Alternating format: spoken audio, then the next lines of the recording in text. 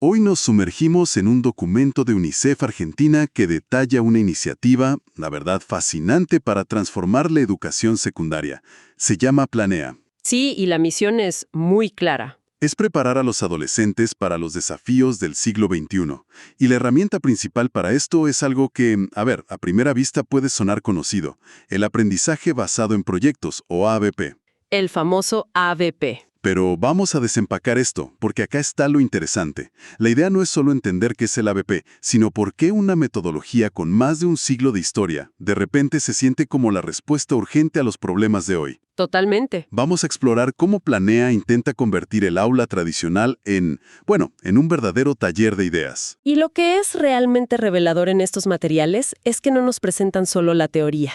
Es que nos abren la puerta a la cocina, digamos, a cómo se diseña y se implementa este cambio. Eso es lo valioso.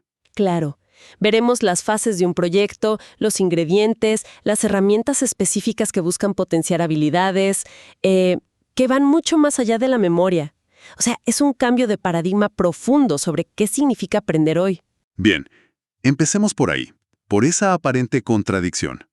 El documento menciona que el aprendizaje basado en proyectos, no es nada nuevo. Sus raíces están a finales del siglo XIX con John Dewey y su idea de aprender haciendo. Exacto.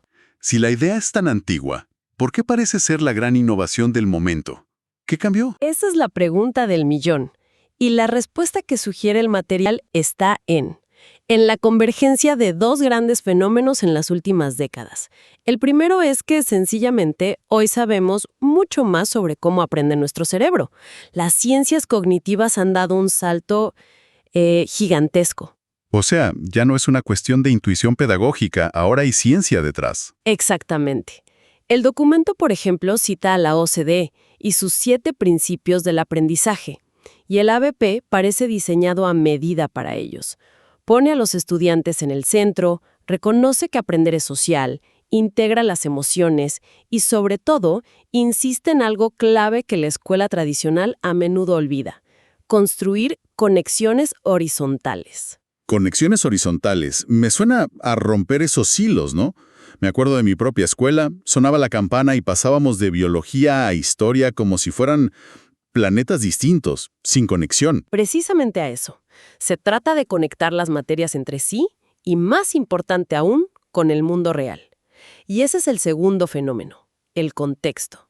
El mundo se ha vuelto increíblemente complejo, cambia a un ritmo acelerado. Ya no es el de la era industrial. Para nada. El modelo educativo diseñado para esa era, para seguir instrucciones, ya no tiene sentido. El ABP responde a la necesidad urgente de formar ciudadanos capaces de pensar críticamente, de colaborar, de resolver problemas que hoy ni siquiera podemos prever. De acuerdo. Entonces el ABP es la respuesta a un mundo que cambió y a que entendemos mejor cómo aprendemos. Pero seamos concretos. ¿Qué es un proyecto en este contexto? Porque me imagino que muchos al oír la palabra piensan, en la típica maqueta del volcán. Es una imagen clásica, sí, pero esto va mucho más allá. El Buck Institute for Education lo define como un método sistemático de enseñanza que gira en torno a preguntas complejas auténticas. Y el documento de Planea es muy útil acá, porque clasifica los proyectos según 3 finalidades. A ver, ¿cuáles son? La primera es dar solución a un problema. Por ejemplo, el patio de la escuela está lleno de basura. Diseñen una campaña de concientización. Es un problema real, tangible. Claro. La segunda es investigar un tema complejo. Por ejemplo, el impacto de la contaminación de un río cercano. Y la tercera es diseñar o construir un producto. Podría ser desde programar una app hasta crear una instalación artística. Me gusta mucho una metáfora que usan, la del ecualizador de proyectos. Suena a una forma muy visual e inteligente de plantear el diseño de todo esto. Es que es una herramienta conceptual fantástica. Imagínate una consola de sonido. Bueno, cada control deslizante es una variable del proyecto. ¿Cómo sería eso?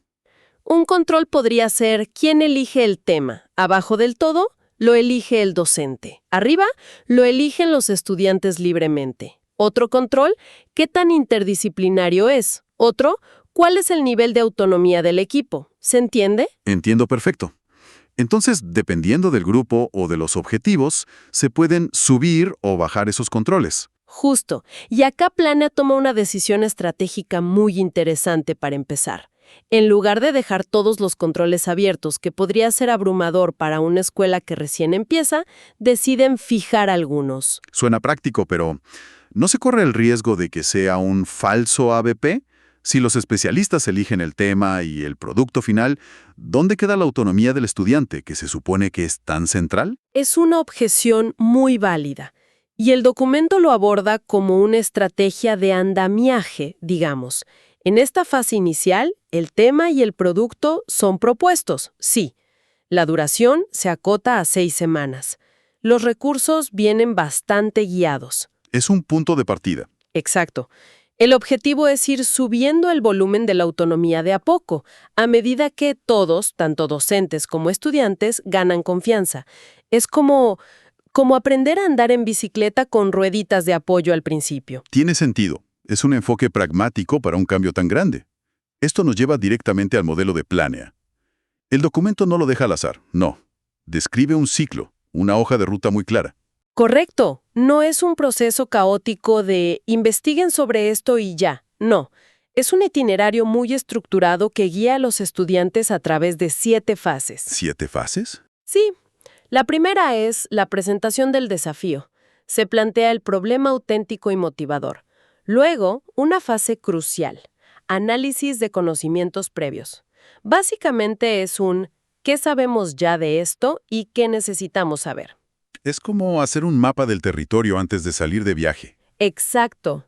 La tercera es planificación y organización. Aquí los equipos trazan su plan de trabajo.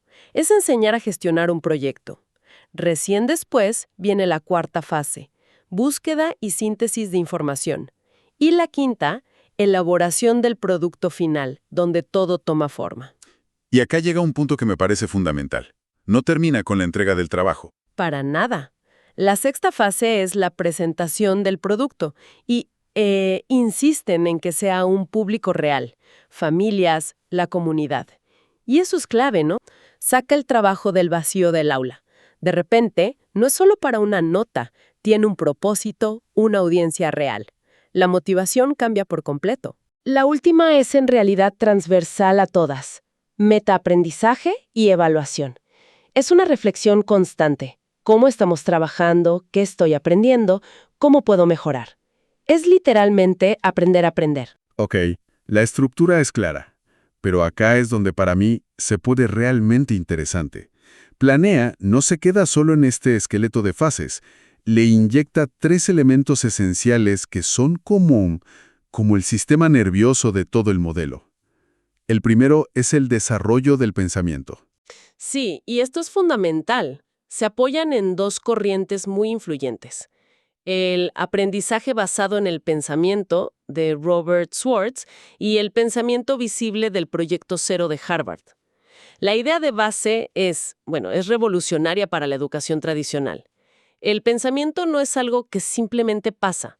Es una habilidad que se puede y se debe enseñar explícitamente. ¿Y cómo se hace eso en la práctica? No suena fácil.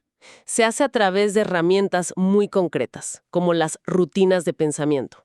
El objetivo no es solo que un estudiante aprenda sobre la Revolución Francesa, sino que aprenda a usar la habilidad de comparar y contrastar. La habilidad es transferible, el contenido es el vehículo. El documento da un ejemplo genial de una rutina. La de veo, pienso, me pregunto. Es casi como instalar un nuevo software en la mente del estudiante para que aborde la información de manera más estructurada. ¿Es esa la idea? Es exactamente esa la idea. Ante un estímulo, se les pide sistemáticamente que primero licen solo lo que ven objetivamente, veo, luego interpreten, pienso, y finalmente formulen preguntas, me pregunto. Al repetirlo, este patrón de pensamiento se internaliza. Entendido. Enseñar a pensar. Ese es el primer pilar. Pero la mayoría de estos proyectos son en equipo, y eso nos lleva al inevitable caos de los trabajos grupales, donde uno hace todo y los demás, colaboran moralmente. ¿Cómo se aborda eso? Esa es la pregunta clave. Y nos lleva al segundo elemento esencial, el aprendizaje cooperativo. Y las respuestas que dan son sorprendentemente simples, pero muy poderosas. Va mucho más allá de júntense en grupos de 4. usan lo que llaman estructuras cooperativas, que son dinámicas que fuerzan la interdependencia. Dame un ejemplo porque esto suena a que podría cambiar la vida de muchos. Uno de mis favoritos que citan es lápiz al centro. Es simple y brillante.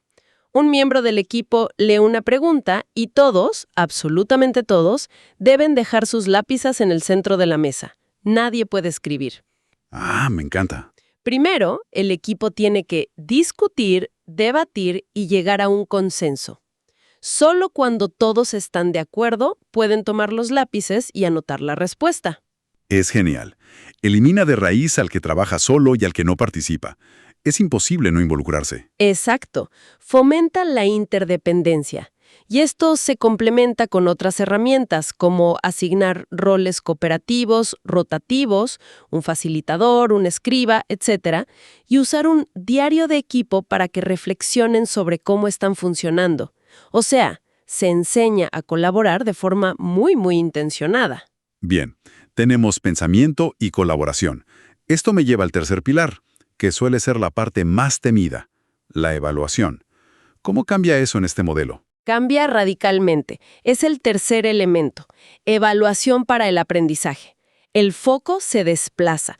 La evaluación deja de ser un juicio final, una calificación que etiqueta, para convertirse en una herramienta constante de retroalimentación para mejorar. Y para eso usan instrumentos como las rúbricas o las dianas de evaluación, ¿verdad? Correcto.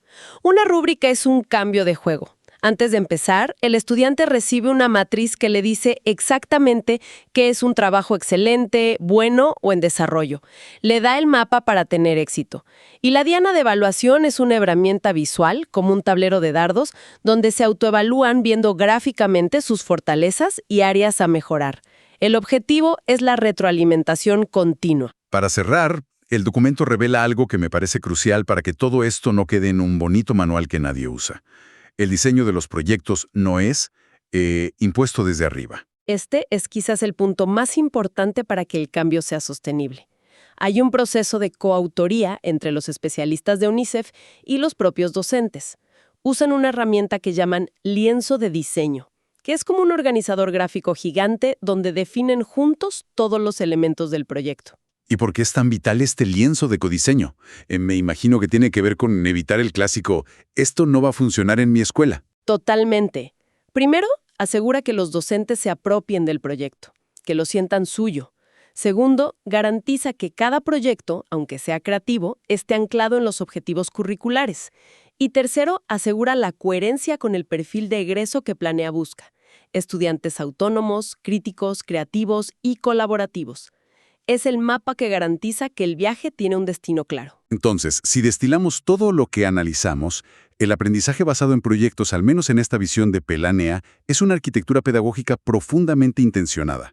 O sea, no se trata de abandonar los contenidos, Para nada. sino de darles vida, de ponerlos en un contexto relevante y usarlos como vehículo para desarrollar las habilidades de pensamiento y colaboración que el mundo de hoy, bueno, no solo valora, sino que exige. Exactamente. Es un andamiaje muy complejo y bien pensado que transforma los roles. El docente deja de ser el único poseedor del saber y se convierte en un arquitecto de experiencias de aprendizaje. Y el estudiante pasa de ser un receptor pasivo a ser el protagonista y constructor de su propio conocimiento. Cada fase, cada herramienta está ahí por una razón muy específica. Y esto nos deja con una reflexión final, me parece. Si aceptamos que el objetivo de la educación ya no es preparar a las personas para responder preguntas de un examen, sino para formular las preguntas correctas ante problemas nuevos que ni siquiera existen todavía, ¿qué tan preparados estamos, como sociedad, para dejar que el aprendizaje se vuelva un poco más ruidoso, un poco menos predecible y mucho más parecido a un taller creativo que a una silenciosa línea de montaje?